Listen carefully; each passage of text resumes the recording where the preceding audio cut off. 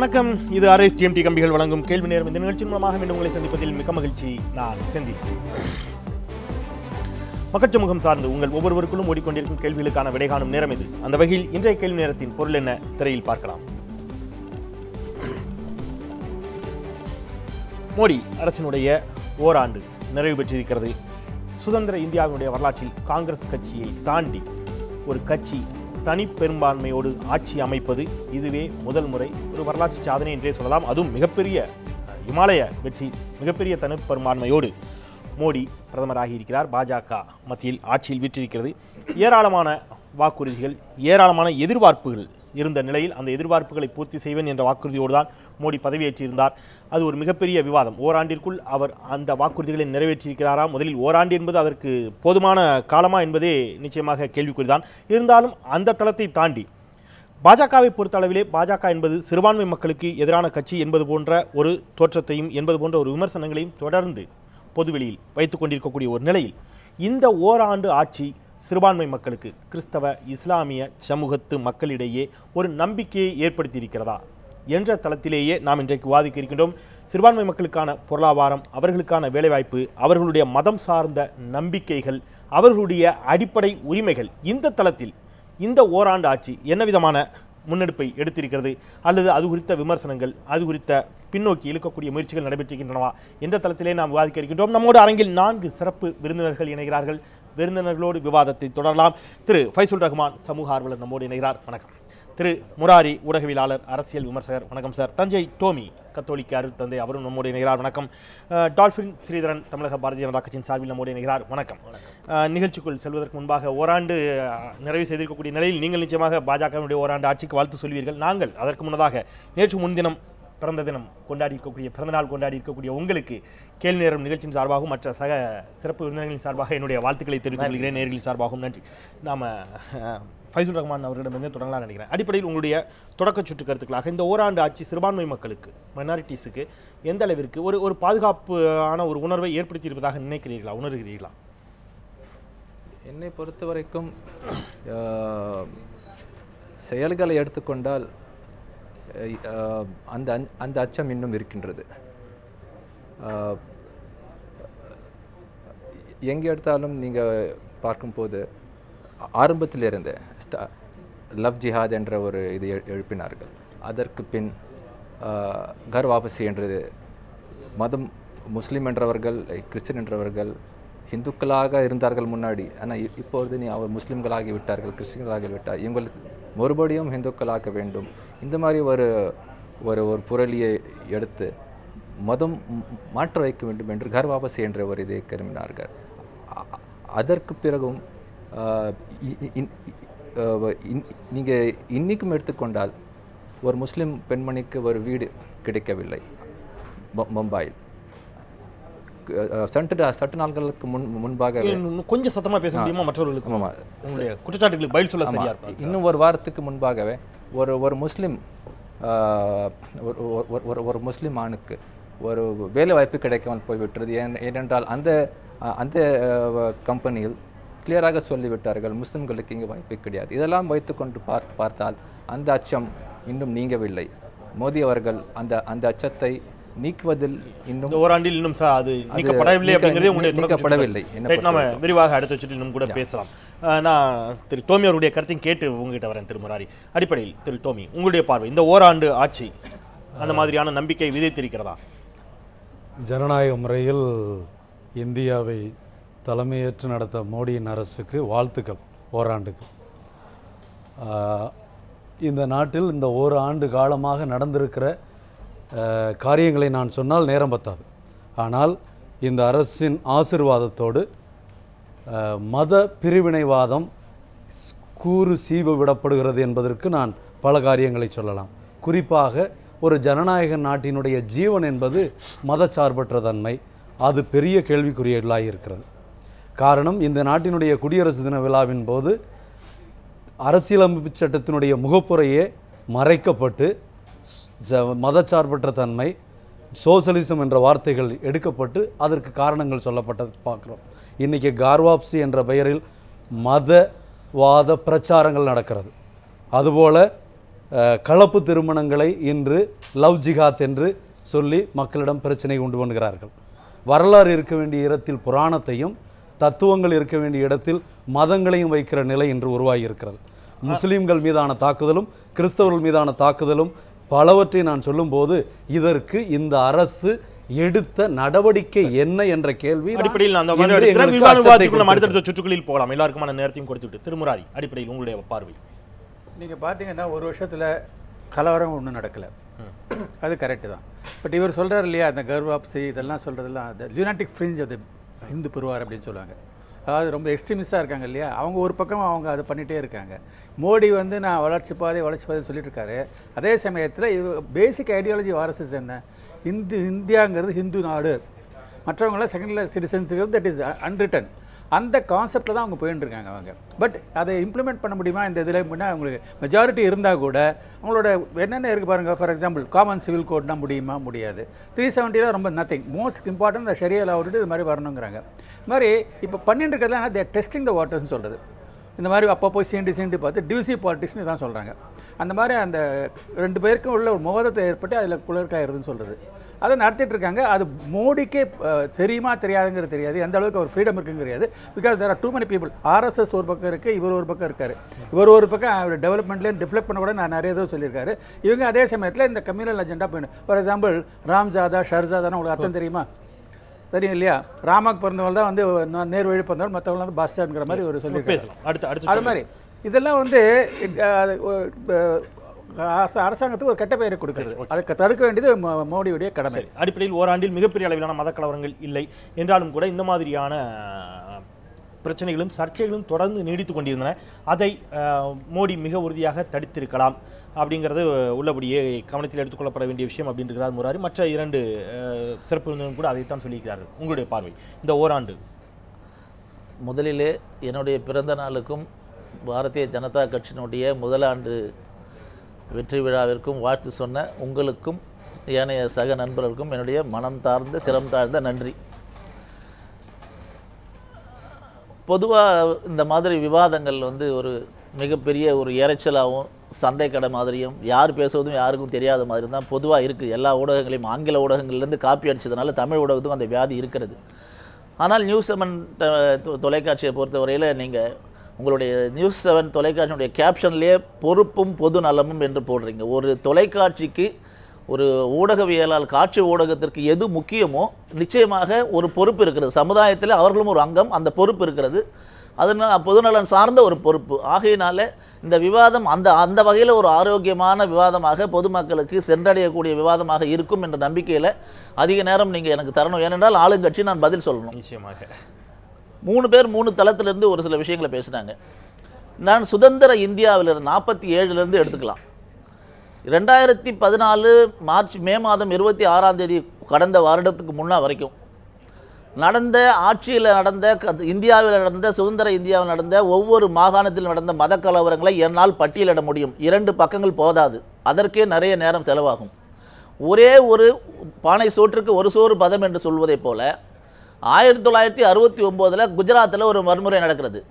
தொடர்ந்து 7 மாதங்கள் நடக்கிற வன்முறையில் 6000க்கும் மேற்பட்ட சிறுபான்மையர் குறிப்பாக இஸ்லாமியர்கள் வெட்டி படுகொலை பண்ணப்பட்டிருக்கார்கள். 1969 ஜிதேந்திர தேசாய் என்ற காங்கிரஸ் முதலமைச்சர், மத்தியில் இருந்தது காங்கிரஸ் பிரதம மந்திரி இந்திரா காந்தி, எல்லாருக்கும் தெரியும். இன்றைக்கு இருக்கிற ஊடகங்கள் அன்றைக்கு இல்லை.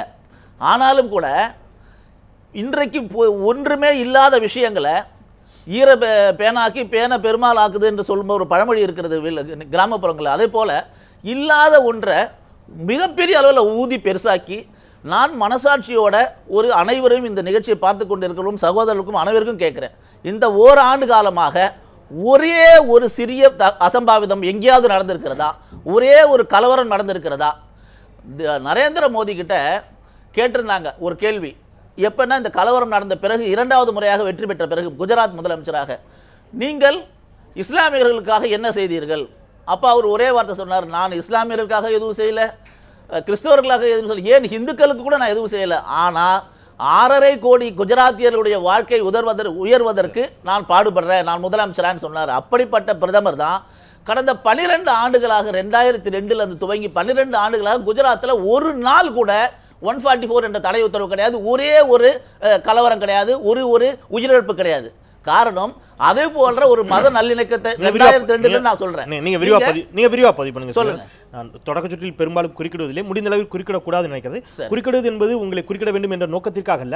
ஒருவேளை நீங்கள் சொன்ன தகவல்களில் கருத்து மாறுபாடு இருக்கின்ற பட்சத்தில் குறிப்பிட வேண்டிய தேவை ஒன்று. இன்னொன்று, கேள்விக்கான சரியான பதில் வரவில்லை என்று சொன்னாலும் நான் சிறப்பு விருந்தினரிடம் குறிப்பிடுவதுண்டு. அந்த விதத்தில் குஜராத்தில் எந்த கலவரமே இல்லை என்று சொன்னபோதுதான் பார்த்து கொண்டிருக்கக்கூடிய நேர்களே அங்கேயும் சொல்லியிருப்பாங்க, ஐயோ குஜராத் கலவரம் அப்படின்னு அங்கேயும் சத்தம் போட்டு திரும்ப சொன்னார். 2002 நடந்த கலவரத்துல பாதிக்கப்பட்ட 1090 பேர் 1900 பேர் இறந்து போனதுல எத்தனை பேர் சிறுபான்மையர் எத்தனை பேர் பெரும்பான்மையர் என்ற விவரம் உங்களுக்கு தெரியும். நான் அதுக்குள்ளே போல நான் கலவரம் நடந்தது விவரம் 1969 நடந்த கலவரத்துல 6000க்கும் மேற்பட்டவர் ஒரே குறிப்பிட்ட இஸ்லாமியர்கள் மட்டும்தான்.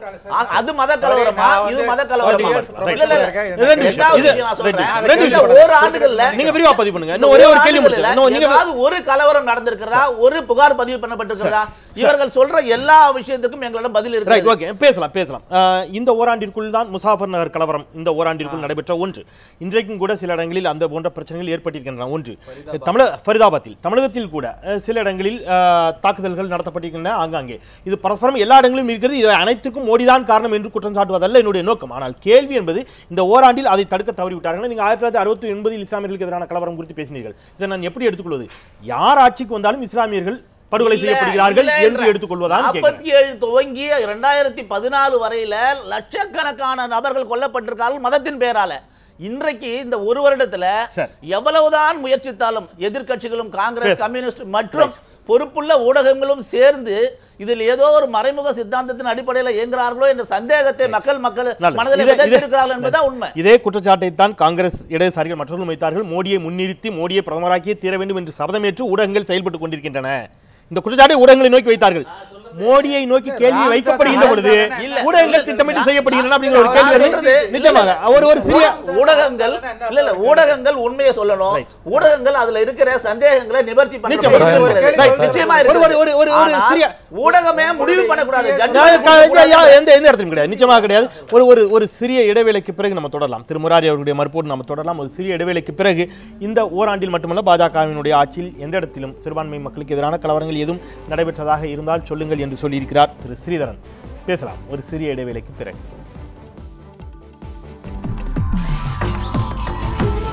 நியூஸ் 7 தமிழ், பொறுப்பும் பொது நலமும்.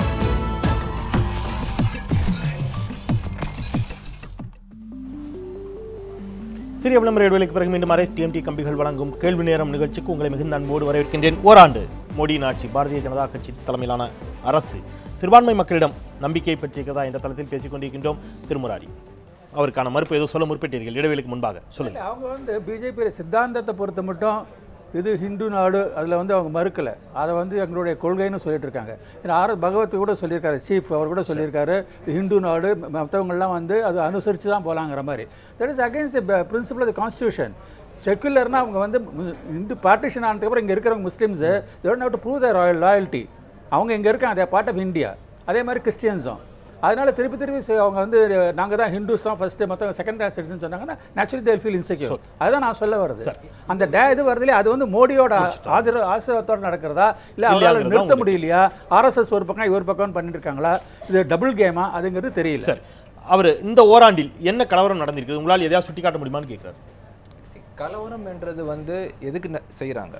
கலவரம் ஒரு பயம் உண்டாக்க வேண்டும், மக்கள் இடையில் ஒரு பயம் உண்டாக்க வேண்டும், இதுதான் காரணம் அதுக்கு. ஆனால் இப்போ இந்த பாஜக ஆட்சியில் அவங்களே ஆட்சியில் இருக்காங்க. இப்போ ஒரு கலவரம்ன்றது கலவரம் ஆகாமல் இருந்தாலும் சரி, ஆனால் அவங்க பேசுகிற விதம் நீங்கள் பார்த்தீங்கன்னா ஹராம்ஜாதாவுக்கு ஓட் போடாதீர்கள், ராம்ஜாதாவுக்கு ஓட் போடாதீர்கள். நான் அது மொழி பெயர்க்கல, நீங்களே என்ன அது இல்லாமல் முஸ்லிம்களை ஃபோர்சிபிளாக ஸ்டெரலைஸ் செய்ய வேண்டும், கருத்தடை செய்ய வேண்டும், கட்டாயமாக கருத்தடை செய்ய வேண்டும். முஸ்லிம்களுக்கு இருக்கிற ஓட்டு உரிமை திருப்பி பெற்றுக்கொண்டு வேண்டும். ஓட்டு உரிமை அவருக்கு இருக்கக்கூடாது ஓட்டு போடுறதுக்கு. இது இல்லாமல் நிறைய இந்த மாதிரி பயம். இப்போ ஒரு பயம் ஆமாம் நீங்கள் முஸ்லீம்கள் ஒரு ஹிந்து பெண்மணியை எடுத்தால் நீங்கள் 100 பெண்மணி அவங்களுடைய எடுத்துங்க. இந்த மாதிரி எல்லாம் பேசுறதெல்லாம் எம்பிங்க மினிஸ்டர்ஸ் பேசுகிறாங்க. இதெல்லாம் மோடி அவர்களால் இது வந்து ஏன் கண்டிக்கல, சரி, ஏன் ஏன் கண்டிக்கவில்லை? ஒரு ஹிந்து பெண்மணியும் 10 பெண்களை இது அவருடைய மோடி அவர்கள் நாட்டுக்கே பிரதமர், இந்துக்களுக்கு மட்டும் கிடையாது. திரு டோமி, அதாவது இந்த ஓராண்டில் என்ன கலவரம் 12 மாதத்தில் எதுவுமே நடக்கலைன்னாங்க. ஆனால் பிப்ரவரி 18 வரைக்கும் பிரதமர் வாயே திறக்கலை. பல ஆலயங்கள் டெல்லியில் இடிக்கப்பட்டது, பள்ளிகள் சூறையாடப்பட்டன, கன்னியர் கற்பழிக்கப்பட்டார், ஆலயங்கள் இடிக்கப்பட்டு அங்கே அனுமார் சிலை வைக்கப்பட்டது. இதையெல்லாம் பார்த்து எதுவுமே செய்யாதவர் டெல்லி தேர்தலில் பிஜேபி தோல்விக்கு அப்புறம்தான், அதுவும் கிறிஸ்தவர்கள் ஏற்பாடு செய்த ஒரு நிகழ்ச்சியில் கலந்து கொண்டவர் இந்த நாட்டில். அப்புறம் பாராளுமன்றத்தில் பேசினார். பாலியல் வன்கொடுமைக்கு அவர் மிகப்பெரிய அளவில் தன்னுடைய கருத்து தெரிவித்தார். அதாவது பெண்கள் தினத்தில் சொன்னார், ஒரு பெண்ணுக்கு ஒரு பிரச்சனை ஏற்பட்டால் அதை நான் தாங்கிக் கொள்ள மாட்டேன்னு சொன்னவர் அதுக்கு வன்மையாக கண்டித்தார். இன்றைக்கும் சொல்லிக்கிறார். இன்றைக்கும் பிடிஐ நிறுவனத்திற்கு அளித்த பேட்டியில் சிறுபான்மை மக்களுக்கு எதிராக எந்த விதத்தில் எங்கு தாக்குதல் நடைபெற்றாலும் அதை ஏற்றுக்கொள்ள முடியாது. இல்ல அதாவது கருத்துக்கள் சொல்லி 3 முறை பேசி 4 முறை பேசியிருக்காரு. என்ன செயல், என்ன நடவடிக்கை எடுக்கப்பட்டிருக்கிறது? இதுவரை ஒரு குற்றவாளி கண்டுபிடிக்கப்பட்டிருக்கிறார். ஆலயங்கள் இடிக்கப்பட்டது. இப்போ வந்து இந்திய தழுவிய அளவில் நடக்குது. இந்த நாடு மன்மோகன் தலைமையிலான ஆட்சி செயல்படலைன்னு சொன்னாங்க. இது செயல்படுது. யாருக்காக செயல்படுது? ஒன்று, வளர்ச்சிங்கிறாங்க. யாருக்கான வளர்ச்சி இது? ஆக சகலருக்குமான சகலத்திலுமான வளர்ச்சியா, எல்லாரையும் அரவணைத்த வளர்ச்சியா, அல்லது இந்த நாடு இந்து நாடு, இந்திய நாடல்ல, அல்லது இந்துத்துவாதான் இதனுடைய அடிப்படைவாதம் என்று சொல்லி மக்களை மதங்களின் பெயரால் பிளவுபடுத்தி பெரும்பான்மைவாதத்தை வைத்து சிறுபான்மை மக்களை பயமுறுத்துவதே ஜனநாயகத்திற்கு அழகல்ல. திரு ஸ்ரீதரன், 23 ஏப்ரல் 2014 பத்தி கேட்டார் அவர். இன்னைக்கு ஃபரிதாபாத்தில் 500 முஸ்லிம் ஃபேமிலிகள் அவருடைய கிராமத்திலிருந்து விரட்டி ஓட்டப்பட்டிருக்கிறார். நம்ம பேசலாம். இது இன்று நடைபெற்ற விஷயம். இது கலவரம் இல்லையா? சார் பேசலாம். அவர் சொன்ன ஃபரிதாபாத்தில் அவர் மென்மையான குரலில் சொல்கிறார், ஆனால் இது மிக தீவிரமாக கவனிக்க வேண்டிய பிரச்சனை. 500 குடும்பங்கள் ஒரு கிராமத்தை விட்டு விரட்டி அடிக்கப்பட்டிருக்கிறார்கள் ஃபரிதாபாத்தில். இது கலவரம் இல்லையா அப்படின்னு கேட்கிறாரு. ஏப்ரல் 2014 23 கிரிராஜ் சிங் சொல்கிறார். அது நான் சொல்றது தேர்தலுக்கு முன்பிருந்தே தொடங்கிவிட்டது. மோடியை பிடிக்காதவர்கள் நாட்டை விட்டு வெளியேறலாம், இந்தியாவில் இருக்க வேண்டிய அவசியமில்லை, பாகிஸ்தானுக்கு செல்லுங்கள். 1 டிசம்பர் 8 2014 பழமையான இந்து கோயிலின் ஒரு பகுதியே தாஜ்மஹால். உத்தரப்பிரதேச மாநில பாஜக தலைவர் லட்சுமிகாந்த் பாஜ்பாய், அதனால அதை அடிச்சுட்டு அங்கே திருப்பி கோயில் கட்டணும்.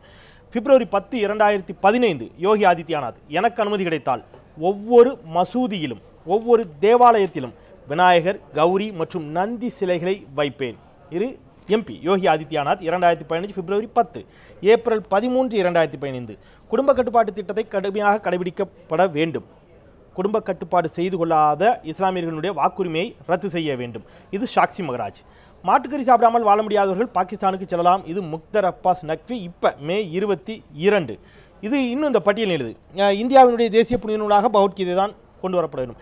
இந்த மாதிரி கருத்துக்கள் எல்லாம் மத நல்லிணக்க கருத்துக்களா?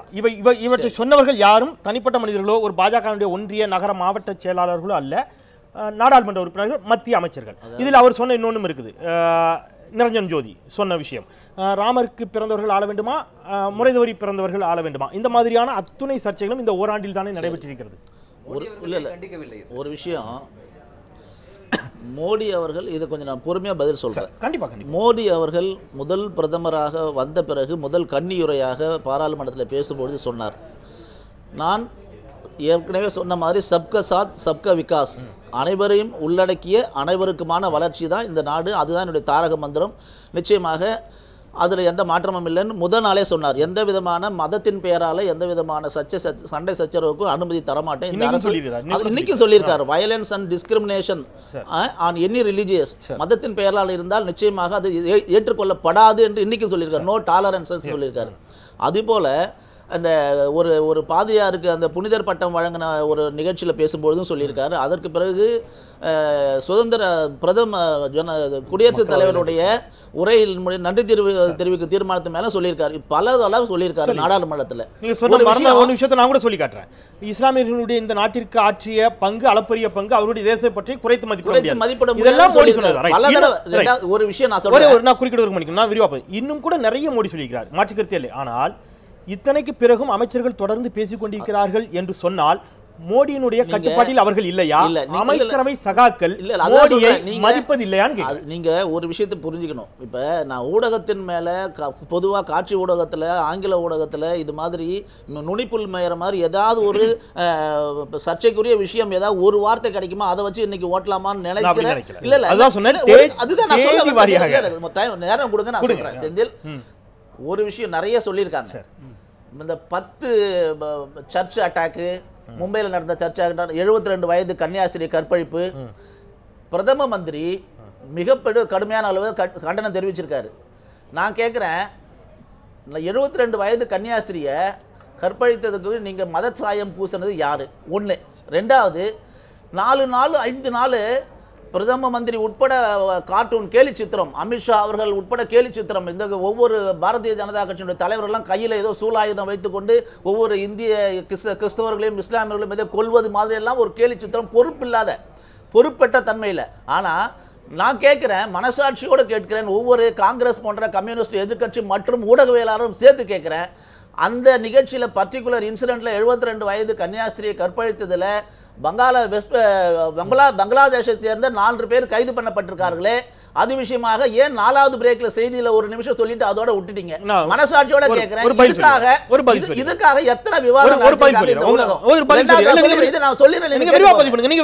ஏன்னா இது தொடர்பாக இதே அரங்கில் கேள்வி நேரத்தில் விவாதம் நடைபெற்ற பொழுது வந்திருந்த சக சிறப்பு விருந்தினர் கன்னியாஸ்திரி நீங்கள் கற்பழிக்கவில்லையா என்று பாஜகவை நோக்கி ஒரு வார்த்தை விட்ட பொழுது நான் மிக கடுமையாக கண்டித்தேன்.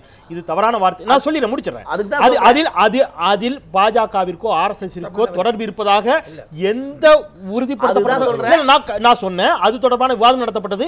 அதில் யார் கைது செய்யப்பட்டார்கள் என்பதையும் பதிவு செய்திருந்தேன். தொலைக்காட்சியும் செந்தில் நான் சொல்றேன் நடுநிலையோட மக்களுக்கு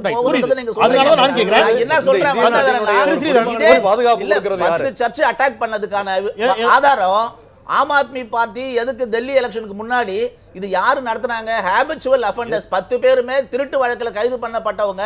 மேலும் ஒரு மும்பையில நடந்த சர்ச் அட்டாக்ல அந்த டயோசிஸ் அந்த நிர்வாகத்துல இருக்கிற 2 பிரிவா பிரிஞ்சு அதுல ஒரு பிரிவு மன்னிக்கணும் ஸ்ரீதரன். நான் ஏன் சொல்றேன்னா நம்ம சரியான திசையில விவாதம் நகர்த்தணும். நான் சொல்றேன் நான் ஏன் சொல்றேன் சாதாரண விஷயம் ஒரு மத ரீதியான போக்கா மாற்றணும். அதை விவாதத்துக்கு எடுக்கிறேன். நான் சொல்றேன், ஒரு கோவிலில் சிலை தகர்க்கப்பட்டு ஒருத்தன் வந்து திருடிட்டு போறான்னா அதை மத சாயம் பூசுவது நிச்சயமாக தவறு. ரைட்? எங்கேயோ ஒரு பள்ளிவாசல் மீது யாரோ 2 பேர் கல்லை எழுகிறார்கள், அதுக்கு நான் மோடியை கேள்வி கேட்கவே மாட்டேன். தேவாலயத்தில் யாரோ போய் எதையோ எழுதி வச்சுட்டு வந்துடுறான், அதுக்கு நான் மோடியை கேள்வி கேட்க போறதில்லை. என்னுடைய கேள்வி நான் தான் தேதி வாரியா வாசிச்சேன். இதில் இருக்கக்கூடிய இந்த என்னுடைய பட்டியலுக்கு மட்டும் நீங்க பதில் சொல்லுங்க. இந்த பட்டியலில் இருக்கக்கூடிய எல்லோரும் மத்திய அமைச்சர்கள், நாடாளுமன்ற உறுப்பினர்கள். ஒரு விஷயம் சிறுபான்மை மக்களை நோக்கி இது போன்ற விமர்சனங்கள். ஒரு விஷயம், சாத்வி நிரஞ்சன் ஜோதி அவர்கள் அவர் பேசியதற்கு பாராளுமன்றத்திலே பலமுறை மன்னிப்பு கேட்டார். நரேந்திர மோடியும் மன்னிப்பு கேட்டார். இரண்டாவது விஷயம், அவரும் வருத்தம் தெரிவிச்சிருக்காரு. இரண்டாவது விஷயம், ஒரு சட்டமன்ற உறுப்பினர், ஒரு கட்சியினுடைய அரசியல் கட்சி தலைவர் 15 நிமிடம் காவல்துறை ஓய்வு பெற்றால் 100 கோடி இந்துக்களை கொலை பண்ணுவேன்னு சொல்றாரு. இந்துக்களை மட்டுமல்ல, நரேந்திர மோடி, அத்வானி உட்பட தலைவர்களை என்னால் தீர்த்து கட்ட முடியும்னு சொல்றாரு. நீங்க என்ன சுதந்திர உவைசியினுடைய கருத்து ஒட்டுமொத்த இஸ்லாமிய கருத்து நீங்க எடுத்துக்கொள்வீங்களா? நீங்க விரிவா பதிவு பண்ணுங்க. உவைசியினுடைய கருத்தை இந்த மேடையில் என்றைக்காவது ஆதரித்து அவர்கள் ஆதரிக்கிறார்களா? ஒன்று. இன்னொன்று நான் சொல்றேன், ஓவைசி ஒரு நாடாளுமன்ற உறுப்பினர். ரைட்? நான் திருப்பி கேட்கறது, மற்ற நாடாளுமன்ற உறுப்பினர்களும் மோடி எதிர்க்கட்சி தலைவராக இருந்தால் இந்த பிரச்சனையே அல்ல. ஏன் கேட்கிறோம்னா, ஆட்சியில் இருப்பவர்கள், ஆட்சியில் இருக்க பிரதமர் தெளிவாக அவருடைய நிலைப்பாட பல தடவை தெரிவிக்கிறாரு.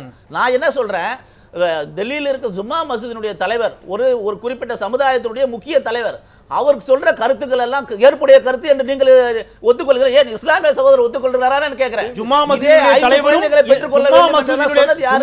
மசூதியுடைய தலைவரை வைத்து பார்க்கக்கூடிய அதே அளவிற்கான பார்வையும் அதே அளவிற்கான அதிகாரத்தோடும் அதே அளவிற்கான மரியாதையோடும் தான் நீங்கள் பிரதமரை பார்க்கிறீங்க. பிரதமர் நீங்க பாருங்க, நாங்க சொல்லவே இல்லை. பிரதமர் பதில் சொல்லி இருக்கிறார். ஆனா நீங்க யாரு கூட கம்பேர் பண்றீங்க? நிரஞ்சன் ஜோதி வேணும் மன்னிப்பு கேட்டாலும் கூட அதை விட மாட்டேன்னு சொல்றீங்க நீங்க தான். ஆனா அவர்கள் தான் மன்னிப்பு கேட்டிருக்காரா? நான் கேட்கிறேன், அவர்கள் தான் மன்னிப்பு கேட்டிருக்காங்களா? இதே உவைசி இருக்கட்டும், அந்த ஜும்மா மசூதி தலைவராக இருக்கட்டும், என்னால இன்னும் நிறைய உதாரணம் சொல்ல, நீங்க நிறைய பட்டியலிட்டீங்க, ஆட்சிக்கு முன்னால இருந்ததெல்லாம் பட்டியலிட்டீங்க. நான் கேட்கிறேன், பாதிரியார்கள், ஒரு சில கோயில் இருக்கிற கிறிஸ்துவ பாதிரியார்கள், ஒரே ஒரு விஷயம் நான் சொல்லிடுறேன், ஒரு உடன்குலம் சப்ஜெக்ட்ல இருந்து ஆரம்பிச்சு மக்களுக்கு சம்பந்தமில்லாத ஒரு விஷயங்கள், மதம் சம்பந்தமில்லாத விஷயங்கள் அவர்கள் தலையிட வேண்டிய அவசியம். உங்ககிட்ட வரேன் திரு முராரி, அடிப்படை சொல்லுங்க. இல்லை நீங்கள் பார்த்தீங்கன்னா டெல்லியில் நடந்து சும்மா பர்க்லரி மாதிரி கிடையாது இவங்க சொல்கிற மாதிரி.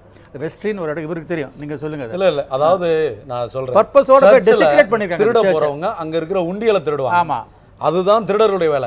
அங்க இருக்கிற புனித பொருள்களை அவசரம் பண்ணி தூக்கி எறிய மாட்டாங்க. இதுதான் பொருளை எடுத்தது யாருன்னு சொல்லுது. புனித பொருளை எடுக்கிறது தேவையில்லை. யாரும் அதெல்லாம் அவங்களுடைய அந்த சர்ச்சில இருந்து நிர்வாகத்துல இருந்து பிரிஞ்சு போனவங்க தான் ஆதாரம் இருக்கிறது. தொடர்ந்து எனக்கிட்ட இருக்குது ஆதாரம். இது வந்து இத்தனை வருஷமா இந்த நாட்டுல சுதந்திர நாட்டுல நடக்கல, இப்பதான் நடக்குது. என்னைக்கு ரத யாத்திரை ஆரம்பிச்சாங்களோ அயோத்தி இஷ்யூல இந்த நாட்டுல மதக்கலவரம் தொடங்குச்சு. இப்ப வந்து யூபில மதுராவுல வந்து தலைமை தங்களுடைய விழாவை கொண்டாடி மதுராவுல வந்து கிருஷ்ணர் கட்டுவாங்க, காசியில சிவனு கட்டாங்க. கோயில் கட்டுறது நல்ல காரியம், கட்டட்டும். ஆனா சர்ச்சைக்குரிய இடத்துல இடிச்சுட்டு மக்களோட மதக்கலவரத்தை தூண்டி இந்த மாதிரி ஜனநாயக நாட்டுல மதச்சார்பின்மையை தாக்குறது தான் நம்ம கண்டிக்கிறோம். ஆளுங்கட்சிக்கு இல்ல இதே மாதிரிதான் எப்போ சொல்லிட்டு இருக்காங்க, காங்கிரஸ் பண்ணலையா நாம இல்லைன்னா அதுக்கு எதுக்கு மாற்றி உங்களை கொண்டு வந்தது அதுக்காக தானே. காங்கிரஸ் வந்து பொறுப்பு கூட. அடுத்த சுற்றுகளில் நாம் பொருளாதாரம் சார்ந்து வேலைவாய்ப்பு சார்ந்து மற்ற நிர்வாக ரீதியாக சிறுபான்மை மக்களுக்கான நல்ல திட்டங்கள் எந்த அளவுக்கு செயல்படுத்தப்பட்டிருக்கின்றன அப்படிங்கிறத நோக்கி கூட நான் நகரலாம்னு நினைக்கிறேன். முன்னதாக ஒரு சுருக்கமான விஷயத்தை சொல்லிட்டு ஒரு பிரேக் போலாம்னு நினைக்கிறேன். மோடியை பிடிக்காதவர்களோ அல்லது மாட்டுக்கறி சாப்பிடுவர்களோ அவர்களை குறித்து விமர்சிப்பதில் கூட தவறில்லை, அது அவர்களுக்கான கருத்துரிமை. அவர்களை குறித்து விமர்சிக்கின்ற போதெல்லாம் சைனாவிற்கு செல்லுங்கள், ரஷ்யாவிற்கு செல்லுங்கள் என்றெல்லாம் கூட சொல்லலாம். ஏன் பாகிஸ்தானுக்கு செல்லுங்கள் என்று பாகிஸ்தானை குறிப்பிடுவதன் பின்னணி நுண் அரசியல் என்ன? இதுதான் சிறுபான்மை மக்களுக்கு எதிரான வாதம் அப்படின்னு அவர்கள் தரப்பில் வைக்கிறார்கள். பேசலாம் ஒரு சிறிய இடைவேளைக்கு பிறகு. உள்ளபடியே சிறுபான்மை மக்களுக்கான பாதுகாப்பும் அடிப்படை உரிமைகளும் மீட்கப்பட்டிருக்கின்றனவா? இந்த ஓராண்டில் அவர்கள் பாதுகாப்பாக உணர்கிறார்களா? ஒரு சிறிய இடைவேளைக்கு பிறகு பேசலாம். நியூஸ் 7 தமிழ், பொறுப்பும் பொது நலமும்.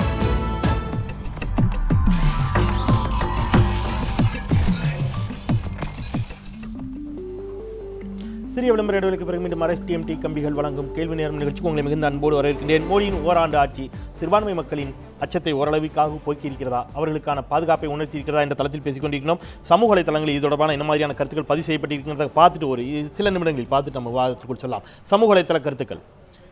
சமூக வலைத்தளங்களில் இது தொடர்பாக கேள்வி முன்வைத்திருந்தோம்.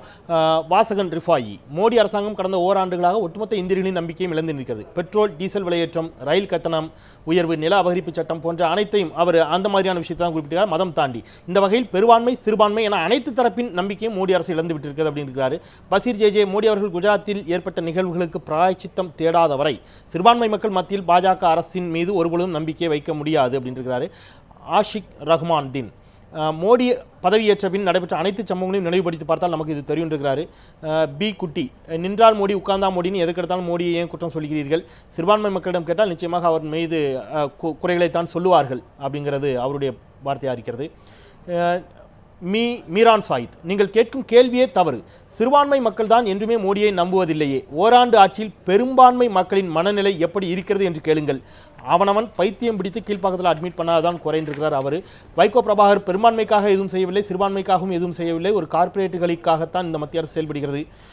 சாதிக்களி, நம்பிக்கை பெறுவது இருக்கட்டும், முதலில் பிரதமரின் சகாக்கள் துவேச பேச்சுக்களை பிரதமர் கட்டுப்படுத்த வேண்டும். பெரும்பாலான கருத்துக்கள் அவ்வாறு தான் இருக்கின்றன. முகமது ஹுசேன், பெரும்பான்மை மக்களுக்கு என்ன செய்தார்? சிறுபான்மை மக்களுக்கு மத துவேஷத்தை தவிர வேறு என்ன செய்தார் அப்படின்னு இருக்கிறார் அவர். ஒரு வருடம் ஏமாற்றமே. ராம் சந்துரு, குஜராத் மாதிரி நம் மாநிலம் வளர்ச்சி பெறும் என நினைத்தவர்களுக்கு ஏமாற்றம். கடந்த ஆட்சியில் 2G, நிலக்கரி, ஹெலிகாப்டர், காமன்வெல்த் போன்றவர்களின் ஊழல் உண்மையா அல்லது கற்பனையான விசாரிப்பதற்கு மத்திய அரசு எந்த நடவடிக்கையும் பெரிய அளவில் எடுக்கவில்லை என்றிருக்கிறாரு. பெரும்பாலான பதிவுகள் வந்து இந்த மதங்களை தாண்டி கூட உள்ளபடியே சித்தி நிகாரா, பெரும்பான்மையினருக்கும் பலனில்லை, சிறுபான்மையினருக்கும் பலனில்லை, சிறுபான்மையினருக்கு மத துவேஷ கருத்துக்கள் தான் பெரும்பாலான கருத்துக்கள். நல்லது, சமூக வலைத்தள கருத்துக்கள். பெரும்பான்மையான கருத்துக்கள் இந்த மதத்தை தாண்டி அவர் மீது ஒரு நம்பிக்கை வைத்து ஏமாற்றப்பட்டிருக்கிறோம், அது இன்னும் சரியாக நடக்கலை, நீங்கள் அதை பேசுங்க, இது இயல்பு தான், தெரிஞ்சதாங்கிற கருத்தாகவே பதிவு செய்யப்பட்டிருக்கிறது. எப்படி பார்க்குறீங்க? டெஃபினட்டாக நான் பிஜேபி மேனிஃபெஸ்டோலேருந்து ஒரு கருத்து படிக்கிறேன். பிஜேபி மேனிஃபெஸ்டோவில் மைனாரிட்டிஸ் பற்றி என்ன கூறப்பட்டுள்ளது? மைனாரிட்டிஸ் ஈக்குவல் ஆப்பர்ச்சுனிட்டி என்ற தலைப்பில், ஆனால் தலைப்பு இருக்கு ஈக்குவல் ஆப்பர்ச்சுனிட்டி கொடுக்கப்பட்டுள்ளதா? இல்லை. இதில் கூறுகிறார்கள் பிஜேபிக்காரர்கள், it is unfortunate that even after several decades of independence, last section of the minority and especially Muslim community continues to be stymied in poverty. Muslim community என்றது மிக ஏழ்மையில் உள்ளது. இதற்காக என்ன செஞ்சிருக்கிறார்கள்? 2013 பட்ஜெட்டில் பார்க்குற போனால் பி சிதம்பரம் முஸ்லீம் முஸ்லிம்களுக்காக 3500 கோடிகள் ஒதுக்கியிருந்தார். இந்த ஆட்சியில் 2016 பட்ஜெட்டில் ஜெய்ட்லி அவர்கள் 3700 கோடி கொடுத்திருக்காரு. கேவலம் ஒரு 200 கோடி மட்டும்தான் அதிகம். அது இல்லாமல் நீங்கள் ஷெட்யூல் காஸ்ட் ஷெட்யூல் ட்ரைபுடைய ஒதுக்கீடு பார்த்தீங்களானால் ஷெட்யூல் காஸ்டுடைய பாப்புலேஷன் இந்தியாவில் 2001 சென்சஸ் படி 25 crores 25 கோடி. 2000 அதே சென்சஸ் படி முஸ்லிம்களின் பாப்புலேஷன் என்பது 13.8 கோடி, அதாவது 14 கோடி கிட்டத்தட்ட. வித்தியாசம் அதிகம் கிடையாது. ஆனால் எஸ்சி எஸ்டி உடைய பாப்புலேஷனுக்காக எவ்வளவு ஒதுக்கீடு பட்டுள்ளது பாருங்கள்.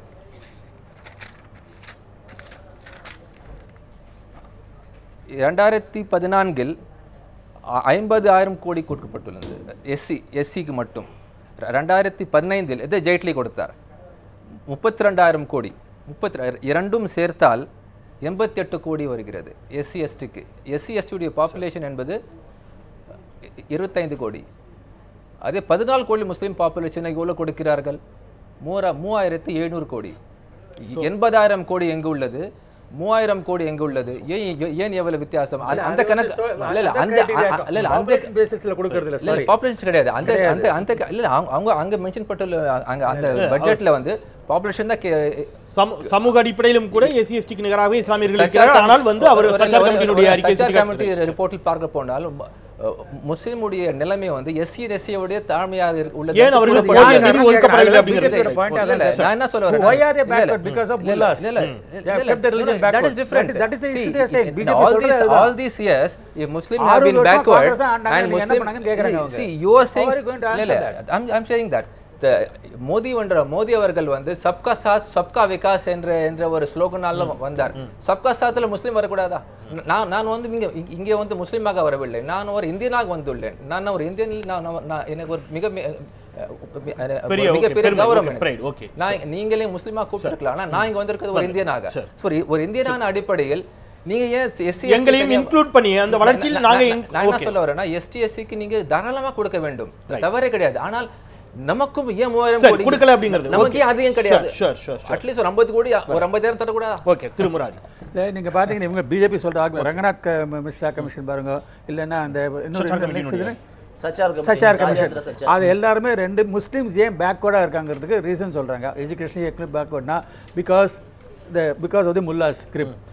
படிக்கக்கூடாது, வேலைக்கு போகக்கூடாது, அந்த மாதிரி இதெல்லாம் பண்ணுறது அவங்க தான். பாதி ரிஃபார்ம்ஸ் எல்லாம் பண்ணுறது இல்லை. இவங்க பிஜேபியோட argument right or wrong, that's a different point. அவங்க சொல்கிறது இதுதான். அதுவும் இல்லாமல் அவங்க சொல்கிறது என்னன்னா, 60 வருஷமாக யார் ஆண்டாங்க? காங்கிரஸ். எங்களையும் பதில் குற்றம் காட்டுறாங்கன்னு கேட்குறாங்க பிஜேபி. நாங்கள் வந்து 6 வருஷமாக தானே இருக்கோம், அவர் 5 வருஷம் இப்போ ஒரு வருஷம், எங்களை எப்படி குற்றம் சாட்ட முடியும் அவங்க கேட்குறாங்க. அதில் ஒரு நியாயம் இருக்கு. அது அவர் கேக்குறாரு. ஒரே ஒரு விஷயம், மோடிஸுக்கு வந்து இவங்க சொன்ன ஒரு ட்விட்டர்ல சொன்னதுல இல்ல முடிச்சிடறேன். ஒரு ட்விட்டர்ல வந்து கேட்டிருக்கு, இது மைனாரிட்டிஸ் கேட்கணும், minorities never support the BJP more so Modi. அது கேட்கணும். It's very good point. ஆனா இவர் வந்தது எதனால சப்போர்ட் இருந்ததுன்னா, even more then the BJP மோடிக்காக ஓட் போட்டவங்க என்னன்னா டெவலப்மெண்ட் சொன்னார். அப்படி இருக்கிற போது இந்த மாதிரி எல்லாம் இவங்க பேசினாங்கன்னா அது அதுல இருந்து தடுக்கும். வளர்ச்சி பாதை வந்து போறது அது அவரே சொல்லிட்டு இருக்காரு. அதான் நான் சொல்லிட்டு இருக்கேன். ஒட்டுமொத்தமான டெவலப்மெண்ட் அப்படிங்கிற பாதையில ஒரே வரியில சொன்னா அந்த டெவலப்மெண்ட் அப்படிங்கிறது ஓராண்டு இன்க்ளூசிவா இருக்கும். அது தனியா கிடையாது. இல்ல ஓகே, அதான் கேக்குறேன். இன்க்ளூசிவ் வெச்சீங்க. அது ஓராண்டுக்கான டெவலப்மெண்ட் தனியா பண்ண. ஓகே, அதான் டெவலப்மெண்ட் இருக்குதுன்னு எடுத்துக்கிட்டா அது இன்னொரு எடுத்துக்கலாம். டெவலப்மெண்ட் எப்படி இருக்குதுங்கறத மட்டும் சொல்லுங்க. டெவலப்மெண்ட் அது வந்து ஆரம்பிக்க. Development allocation should be proportionate to their population. Yes, okay. நிச்சயமா இது குறித்து ஒரு கருத்து இன்னைக்கு பேப்பர்ல பாக்குறேன். மோடி ஓராண்டு காலத்துக்கு மார்க் போட்டால் எவ்வளோ போடுவீங்கன்ட்டு பரிசு எழுதுனா தானே போடுறது அப்படிங்கிறாங்க. அப்போ என்ன செஞ்சுருக்காங்க? ஓராண்டு காலத்தில் மக்களுக்கு நம்பிக்கை கொடுத்து கொண்டே இருக்கிறார்கள். ரெண்டு மூணு விஷயங்கள். அதனால தான் நான் சொன்னேன், அவருடைய பொருளாதாரம் சார்ந்த விஷயங்களுக்கு போனேன். அது ஒரு பெரிய ரைட். ஆயில் காப்பீட்டில் தொடங்கி விபத்து காப்பீடு என்று ஒவ்வொன்றவற்றையும் இன்றைக்கு வந்து அவர்கள் எளிமைப்படுத்தியிருக்கிறார்கள். ஒரு 12 ரூபாய்க்கு ஒரு பாலிசி, பல விஷயங்களை அவங்க கொண்டு வந்து சேர்த்திருக்கிறாங்க. ஸ்வச் பாரத் திட்டத்தின் மூலமாக இந்த சிறுபான்மையினர் ஒரு கேள்வி எனக்கு. அது என்னன்னா, வெளியுறவு கொள்கையில கூட பாருங்க, அமெரிக்காவில் இருக்கிற ஒரு இந்து கோயிலில் இந்துக்கள் வெளியேறுங்கள் சொன்னோடனே அது குறித்து பாராளுமன்றத்தில் பேசப்பட்டது. பிரதமரும் கண்டித்தார். அதை நானும் ஏற்றுக்கிறேன். ஏன்னா அந்த நாடும் அவர்களுக்கான உரிமையை கொடுத்திருக்கணும். சுதந்திரத்தை நாடுகிற நாடு அங்கே நடக்கக்கூடாதுங்கிறது. ஆனால் பக்கத்தில் இருக்கிற பர்மாவில் இன்னைக்கு தினம்தோறும் இஸ்லாமியர்கள் கொல்லப்படுகிறார்கள். நம்ம பக்கத்து நாட்டில் இருக்கிற இஸ்லாமியர்கள் கொல்லப்படும் போது இந்திய பிரதமர் என்ன செய்திருக்கிறார்? நம்முடைய வெளியுறவு கொள்கையில் அவங்கள்ட்ட நம்முடைய தூதரை அழைத்தாரா? என்ன செய்திருக்கிறார்? ஏன்னா இது 18 முறை இன்றைக்கு நாடுகளுக்கு இந்த ஒரு வருஷத்தில் 18 முறை வெளிநாட்டு பயணம் போயிருக்கிறார். மக்களவையில் பல நேரங்களில் பிரதமரே இருப்பதில்லை. அங்கே மற்றவர்கள் பதில் சொல்லிக் கொண்டிருக்கிறார்கள். மசோதாக்கள் மட்டும் நிறைவேறி கொண்டே இருக்கிறது. எந்த விதத்திலும் மேலவையில் ஒத்துழைப்பு இல்லாமல். ஆக ஒரு கருத்து கோர்வையில் 246 துறைகள் இருக்கிறது. இதில் 216 துறைகளில் எந்த ஃபைலும் மூவ் ஆவதில்லை என்றெல்லாம் கருத்துக்கள் வருகிறது. இதையெல்லாம் பார்க்கிற போது கரெக்ஷன் யூஎஸ்ல பண்றாங்கன்னா they are non resident Indians. பர்மால இருக்க Rohingya they are not Indian citizens. Or இங்க பௌத்த தீவிரவாதம் இல்ல இல்ல நீங்க பார்க்கற இல்ல பார்வையில ரைட் ரைட் நம்முடைய நம்ம இல்ல இல்ல ரைட் நிச்சயமாக இல்ல இல்ல அது 20 நாடுகள் இந்த 20 நாடுகள் அப்சல்யூட்லி இப்ப ரைட் நேபாளத்தில் நிச்சயமாக இந்தியர்கள் இல்ல. நேபாளத்தில் ஒரு பூகம்பம் நடைபெறுகிற பொழுது இயற்கை சீற்றம் நடைபெறுகிறது. எல்லா நாடுகளும் அடிப்படையில் அவர் ஒரு 2 விஷயங்களுக்கு பதிலா நீங்க எடுத்துங்க. இந்த சுற்றுல 2 விஷயங்களை முன்னிறுத்துங்க. அவர் ஒரு பொருளாதார ரீதியான விஷயங்களை சொல்றாரு. எங்களுக்கான நிதி இன்னும் கூட அதிகமாக ஒதுக்கப்படவில்லை, எங்களுக்கான வளர்ச்சி எப்படி இருக்குங்கிற ஒரு கேள்வியை முன்வைக்கிறார். One thing. இன்னொரு விஷயம் பர்மாவில் ப்ளீஸ் அவருக்கான மறுப்பு வாங்கிட்டு வந்துடுறேன். அவருக்கான நேரம் கொடுத்துட்டு வந்தேன். One more thing. அவங்க சொன்னாங்க பர்மாவில் நடைபெற்ற நான் சொல்றது ஒரே விஷயம். அது ஒரு வார்த்தை கூட ஏன் சொல்லல? இல்ல அதாவது பிரதமர் மோடி திரும்ப 125 கோடி மக்கள் 125 கோடி மக்கள் தான் சொல்றாரு. எங்கேயும் 80 கோடி இந்துக்கள், 10 கோடி முஸ்லீம்கள், 18 கோடி கிறிஸ்தவர்கள்லாம் எங்கேயும் சொல்லலை. ரெண்டாவது, நீங்களே ஒரு இல்லாத ஒரு விஷயத்தை ஏன் திரும்ப ஊதி பெருசாக்குறீங்கன்னு நான் கேட்குறேன். ஒரு 2 சகோதரர் சொன்னார், நான் அதான் திரும்ப சொல்கிறேன். பாதிரியார்களோ மத தலைவர்களோ அந்த மத ரீதியான விஷயங்களில் மட்டும் நீங்கள் தலையிடுங்க. நீங்கள் முந்தா நாள் ஒரு பாதிரியார் மீனாகுமாரி அறிக்கையை பற்றி அதுக்காக ஒரு ஆர்ப்பாட்டம் நடத்துறாரு. மீனாகுமாரி அறிக்கையை நாங்கள் எடுக்கவே இல்லை.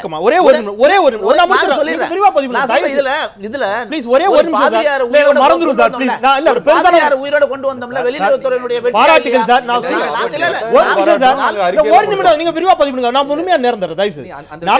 நாடாளுமன்றத்தில் காட்சியை காட்டுகின்ற பொழுது ஆங்காங்கே மிகப்பெரிய ருத்ராட்சத்தோடும் காவியோடும் காவி தலைப்பாகையோடும் பல சாமியார்கள் மந்திரிகளாக இருக்கின்ற பொழுது ஏன் ஒரு பாதிரியார் தேசத்தின் நலன் சார்ந்த ஒரு விஷயத்தில் கருத்து சொல்லக்கூடாது? இதுவே ஒரு மத கருத்து சொல்லக்கூடாது நாங்க சொல்லல கேட்டீங்க. பாதிரியார் தேசத்தினுடைய வளர்ச்சிக்கு எதிராக போராட்டம் நடத்தக்கூடாதுன்னு சொல்றேன். இந்திய குடிமகனா இருக்கலாம், ஆனா வெளிநாட்டினுடைய சதி இருக்குமோ என்று சந்தேகப்படுறதுல நீங்க ஏன் போய் டிராப் ஆவறீங்கன்னு அதான் சார் அவங்க சொல்றாங்க. வளர்ச்சி அல்ல, இது தேசத்தை நிச்சயமாக விஷயம். அவங்க தரப்புல அவங்க கருத்து வைக்கிறாங்க. தேசத்தினுடைய வளர்ச்சிக்கும் இளைஞருடைய வேலை வாய்ப்புக்கும் பொருளாதார முன்னேற்றத்திற்கும் நிச்சயமாக தடை ஏற்படுத்துவதாகத்தான் இவருடைய செயல் இருக்கிறது. விஷயம் நாங்க சிரியாவில இருந்து காப்பாத்தி கொண்டு வந்தோம், 45 செவிலியர்களை காப்பாத்தி கொண்டு வந்தோம். இன்றைக்கு கூட இத்தனை பேர் கொண்டு வந்திருக்கோம். ஒவ்வொரு நாட்டில இருந்தும் ஈரான்ல இருந்து எல்லாம் கொண்டு வந்திருக்கோம். இதுல எந்த மதத்தை பார்த்தோம்? மதம் என்றெல்லாம் கிடையாது, எங்கேயுமே மதம் கிடையாது, மனிதன் என்று தான் பாக்குறோம். நீங்க தான் யாரும் பார்க்கல. நாங்க என்ன சொல்றோம், ஒரு பிப்பா கட்டு திடுறான், ஒரு பிரபல ஒரு ரவுடி இருக்கிறான்னு சொன்னா அவனுக்கு ஏதோ பட்ட பெயர் கொடுக்குறாங்களே தவிர அவன் இந்த கம்யூனிட்டி இந்துவுக்கு சேர்ந்தவன் நீங்க யாரும் சொல்லதில்லை. ஆனா இதே அதுதான் சொல்றேன்.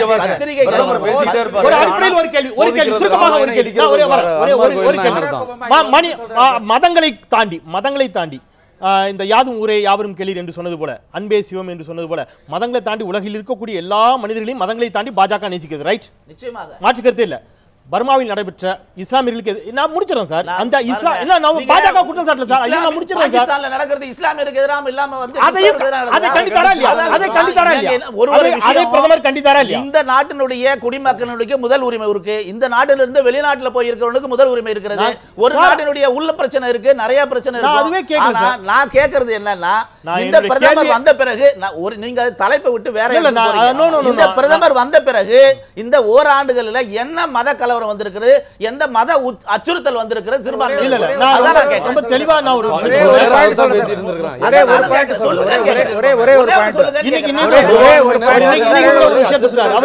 உலகத்திலே எங்கேயுமே பாதுகாப்பு இல்ல, ஆனா இந்தியாவுல பாதுகாப்பாக இருக்கிறாங்க.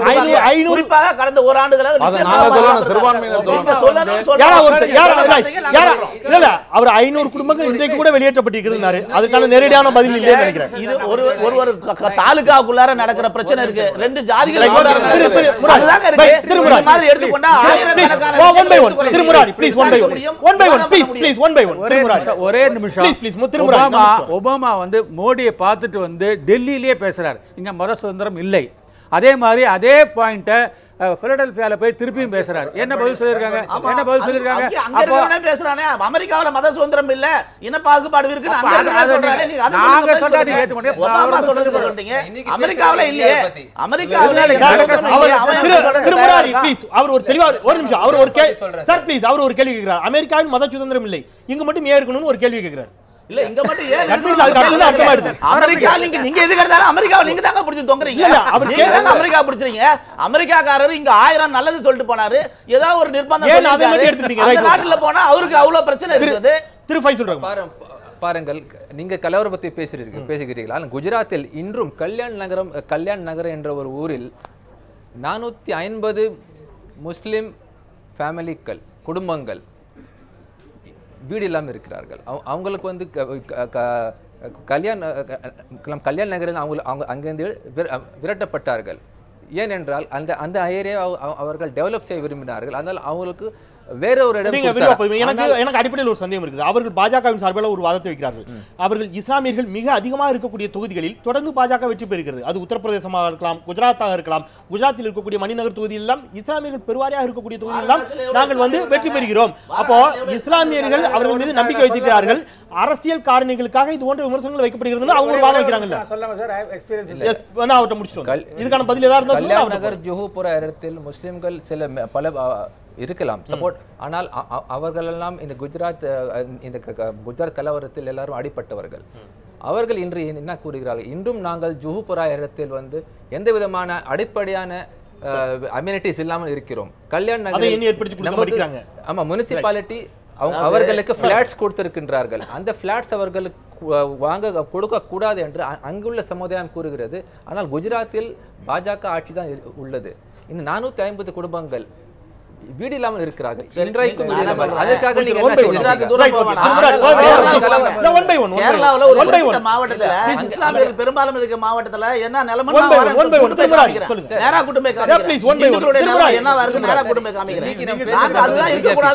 காமிக்கிறேன். அதுதான் இருக்கக்கூடாது. சொன்னீங்களே முஸ்லிம்ஸ் மெஜாரிட்டி இருக்கிற இடத்துல வின் பண்ணிருக்காங்கன்றது அவங்க சொல்றாங்க இல்லையா? சொல்றாங்க இல்லையா? எங்கெங்க வந்து கம்யூனல் ரைட்ஸ் நடக்கிறதோ, எங்கெங்க டிவிஷன் இருக்குது, தட்ஸ் கால்ட் டிவிசிவ் பாலிடிக்ஸ், அங்கெல்லாம் பிஜேபி வெற்றி பெறும்.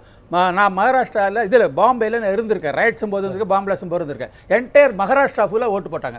ஏன்னா இவங்க முஸ்லீம்ஸ் ரைட் பண்ணாங்கன்னா உடனே ஹிந்துஸ் எல்லாம் கன்சாலிடேட் ஆகி பிஜேபி இது பண்ணுவாங்க, ஆர்எஸ்எஸ் பண்ணுவாங்க, சிவசேனா பண்ணுவாங்க. That is psychology. அதனால அவங்க வந்து எங்கெங்க வந்து இருக்கோ மதவை தூண்டி விட்டு அதனால குளிர்காய இருக்கிறது. அது டிவிசிவ் பாலிடிக்ஸ் பேர் அதுதான் வருது. அவங்களுடைய மத கலவரம் பண்றது தயாரா இருப்பாங்க. தூண்டி விட்டா போதும்னு சொல்றாரா?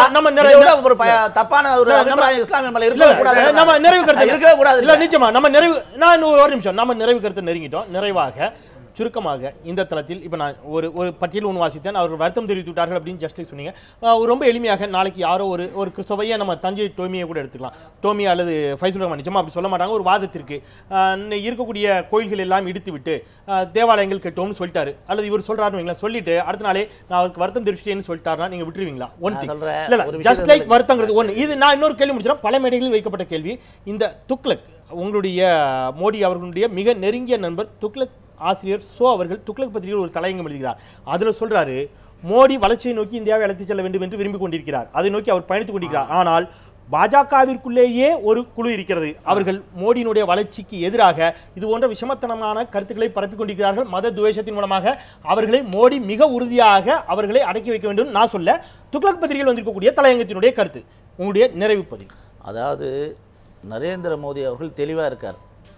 நரேந்திர மோடி போன்ற ஒரு மிகப்பெரிய தலைவர், வலுவான தலைவர் இன்னும் ஒரு 20 வருடத்திற்கு வந்து அவருடைய இடத்தை பிடிக்க முடியாது என்ற காரணத்தினால காங்கிரஸும் கம்யூனிஸ்டும் சொல்கிறதுல வந்து நியாயம் இருக்குது. அதில் வந்து எந்த அரசியல் காரணம் அதில் எந்த ஆட்சேபனையும் இல்லை. ஏன்னா இன்றைக்கு கூட வந்து கடலெல்லாம் மீனவர்கள்கிட்ட வந்து பிடிக்கிட்டாங்க, கடலை விற்றுட்டாங்கன்றெல்லாம் கூட வந்து பேசக்கூடிய அளவுக்கு ஒரு தலைவரெல்லாம் கூட இன்றைக்கு பெற்றிருக்கிறோம் நாம். அது வந்து வேறு விஷயம்.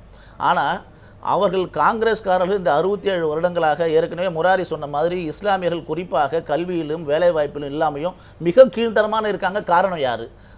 அவர்கள் அவர்கள் பார்வையில் 47 தொடங்கிய அந்த காங்கிரஸ் மாநாட்டுக்கு இஸ்லாமியர்கள்லாம் கட்டணம் தேவையில்லைன்னு ஆரம்பித்து தாஜா பட்ட போக்கு ஆரம்பித்தாங்களே, அன்றிலிருந்து இன்றைக்கு வரைக்கும் அவர்கள ஒரு வாக்கு வங்கி, நம்ம சொன்னால் ஒட்டுமொத்தமாக ஓட்டு போட்டுருவான் அப்படின்றதுனால கடைசி நேரத்தில் ஏதாவது சாக்லேட் கொடுத்துட்டா மொத்தமாக ஒரு சமுதாய தலைவர் சொன்னால் நமக்கு ஓட்டு போட்டுருவான், அந்த மாதிரி ஒரு மனநிலையில் கடைசி வரைக்கும் வைத்திருந்தார். ஆனால் பாரதிய ஜனதா கட்சி குறிப்பாக நரேந்திர மோடி அனைவரையும் உள்ளடக்கிய எல்லாரும் சேர்ந்து பல தடவை சொல்லியிருக்காரு, வாரணாசியில் எல்லா இஸ்லாமிய சகோதரர்களும் ஓட்டு போட்டிருக்காங்க. இஸ்லாமிய சகோதரருடைய பங்களிப்போ சிறுபான்மையுடைய பங்களிப்போ இல்லாம இந்த இந்தியா வல்லரசாக வாழ முடியாது என்று தெளிவாக சொல்லியிருக்காரு. மோடி அரசு இருக்கிறது. அதாவது இந்த நாட்டை மதத்தின் பெயரால் பிரித்து பெரும்பான்மை மக்களை தங்கள் ஓட்டு வங்கியாக்குகின்ற திட்டத்தில் நடக்கின்ற பெரும்பான்மைவாதத்தை முன்வைக்கின்ற ஒரு ஜனநாயக போக்கில் வந்த அரசிடம் சிறுபான்மை மக்கள் அல்லது மத சிறுபான்மையினர் பாதுகாப்பை எதிர்ப்பதே எந்த அளவுக்கு நிதர்சனம் அல்லது உண்மை என்று தெரியவில்லை. ஆகவே சிறுபான்மை மக்களை மதிக்காத ஒரு அரசும் ஜனநாயக அரசா இருக்கு. ஆகவே இந்த நாட்டில் இந்த ஓராண்டில் நடந்தது கிறிஸ்தவர்களுக்கு இஸ்லாமியர்களுக்கு பயமுறுத்தும் செயல்கள் நடக்கிறது. அவர் நல்லதை சொல்லியிருந்தாலும் செயல்படும் அளவில் செயல்பாடுகள் வெளிவரவில்லை. நீங்க பாத்தீங்கன்னா 2 இருக்கு, மோடி ஒன்று, RSS ஒன்று. ஸோ கான்ஃப்ளிக்டிங் சிக்னல் வருது. RSS பொறுத்த மட்டும் நம்மளுடைய கொள்கைகள்லாம் பரப்பணும், அதாவது ஹிந்துத்வா, ஹிந்து மெஜாரிட்டி, ஹிந்து ராஷ்டிரா, அதில் வருதான் இந்த மாதிரி எல்லாம் கர்வாப்சி அதெல்லாம். அடுத்த பக்கம் வளர்ச்சியில் போகணும், அட்லீஸ்ட் 1 வருஷம் 2 வருஷமான எனக்கு டைம் கொடுங்கிறாங்க. இந்த வர கான்ஃப்ளிக்ட்னால தான் 2 பக்கத்துலேருந்து இந்த மாதிரிலாம் வருது. அவருக்கு பிடிக்கல, ஷோ சொல்கிறதா நான் முதலேருந்தே சொல்லிட்டு இருக்கேன், இவங்க சொல்கிறதுனால அவருக்கு தான் கெட்ட பேர் வருதுன்னு. அவர் பார்க்கலாம் இன்னும் 1 வருஷத்தில் என்ன பண்ணுறான்னு பார்க்கலாம். ஆஸ் இட் இஸ் இனிமேல் கம்யூனல் ரைட்ஸ் நடக்காது, ஏன்னா இவங்க தூண்டி விட்ட அளவுக்கு நடக்காது. ஸ்டேட் லெவல்ல தான் இது வருது. தூண்டி விடல யார் கட் பண்றது? இது வரைக்கும் நடந்த கம்யூனல் ரைட்ஸ் எல்லாம் காலு தட்டி தூண்டி விட்டது. நிறைவாக இவர் சிறிதர் அவர் சொன்ன மாதிரி அகர் முஸ்லிம்கள் ஓட்டு போட்டிருந்தால் பிஜேபிக்கு இருக்கலாம். ஆனால் முஸ்லிம்களுக்காக பிஜேபி என்ன செய்கிறது அதுதான் முக்கியம். வெறும் பிரதமர் பேசினால் போதாது, செய்ய வேண்டும். என்ன செய்கிறார்? நமக்கு பேச்சுவார்த்தை தேவையில்லை. வள்ளுவர் சொன்ன மாதிரி நிற்க அதற்கு தக, நீ வாக்குறுதி கொடுத்திருக்கிறீர்கள், ஆனால் நிற்க அதற்கு தக, அது செய்ய வேண்டும். நான் என்ன சொல்ல வருகிறேன் என்றால், நீங்கள் எல்லா மக்களையும் முன்னேற வைக்க வேண்டும். எல்லார் மக்களையும், SC ST மட்டும் கிடையாது, முஸ்லீம் கிடையாது, கிறிஸ்டின் கிடையாது. நீங்கள் 80 கோடி SC SC கொடுக்கும்போது அவர் 100 கோடி கொடுங்கள், தவறில்லை. ஆனால் முஸ்லிம்களுக்கு மட்டும் ஏன் 3000 கோடி? எங்களுக்கான வளர்ச்சியும் எங்களுக்கான வளர்ச்சிக்கும் எங்களை அழைத்து செல்வதற்கான போதிய நிதியை தாருங்கள் அப்படிங்க. நீங்க ஓட்டு போட்டிருக்கார்கள் இல்ல முஸ்லிம் இஸ்லாமிய பெண்களுக்காக எத்தனை கோடி ஒதுக்கி இருக்கோம்? மதரசாவுல மதரசாவுக்காக 3798 கோடி ரூபாய் ஒதுக்கி. நான் சொல்றேன் மதரசாவுக்காக 100 கோடி. நை மன்சில் நை மன்சில் ப்ரோக்ராம். ஆனா இப்ப மதரசாக்காக 100 கோடி. ஆனா முஸ்லிம் மொத்தமாக சேர்த்தால் 3700 கோடி. காங்கிரஸ் ஒதுக்குனது போதிய நிதி இல்லை அப்படிங்கிறது உங்களுடைய வித்தியாசமா சொல்றீங்க. என்ன செய்றீங்க வித்தியாசமா? ஃபைசல் நன்றி. நம்ம இந்த அளவில் நிறைவு செய்யலாம். வித்தியாசம் என்பது வெறும் வார்த்தைகள் மட்டுமே வெளிப்பட்டுக் கொண்டிருக்கிறதா அல்லது காட்சியாக கண்கூடாக எங்களால் பார்க்க இயலவில்லை அப்படிங்கிறது உங்களுடைய வாதமாக இருக்கிறது. நிச்சயமாக அதை நோக்கி நாங்கள் பயணித்துக் கொண்டிருக்கிறோம். அதை நிச்சயமாக அதை செய்வோம் அப்படிங்கிறார் திரு ஸ்ரீதரன். காலம்தான் பதில் சொல்ல வேண்டும். இந்த அளவில் நாம் நிறைவு செய்வோம். கலந்து கொண்டு உங்கள் கருத்துக்களை சிறப்பாக வைத்தீர்கள். நால்வருக்கும் எங்களுடைய நியூஸ் ஒன் தமிழ் தொலைக்காட்சியின் சார்பாக நெஞ்சார்ந்த நன்றிகள். இந்த அளவில் நிறைவு செய்யலாம். இந்தியா எந்த சூழலிலும் எந்த நிலையிலும் நிச்சயமாக அது ஒரு மதம் சார்ந்த நாடாக இருக்க இயலாது. அது முற்று முழுவதுமாக மதச்சார்பற்ற ஒரு ஜனநாயக நாடாக மட்டுமே இருந்திருக்கிறது, இப்பொழுதும் இருக்கிறது, இனியும் அது இருக்க வேண்டும் என்பதில் யாருக்கும் எந்த மாற்று கருத்தும் ஈர்க்க இயலாது. அது எந்த மதத்தைச் சேர்ந்தவர்களாக இருந்தாலும் மதம் நலன் சார்ந்து அல்லது தங்களுடைய அரசியல் சுய லாபம் சார்ந்து அரசியல் நலன் சார்ந்து மத மோதல்களை ஏற்படுத்துவார்களே என்று சொன்னால், அது எந்த மதத்தை சார்ந்தவர்களாக இருந்தாலும் ஏற்படுத்துவார்களே என்று சொன்னால் நிச்சயமாக மக்கள் மன்றத்தில் நிச்சயமாக அவர்கள் தண்டிக்கப்படுவார்கள். அது எந்த கட்சியாக இருந்தாலும் சரி, எந்த மதமாக இருந்தாலும் சரி. அந்த அளவிலே நாம் நிறைவு செய்வோம். மறந்து கொண்டே இருப்பது மக்களின் இயல்பு. அதை மீண்டும் மீண்டும் மீண்டும் நினைவுபடுத்திக் கொண்டே இருப்பது எனது கடமை.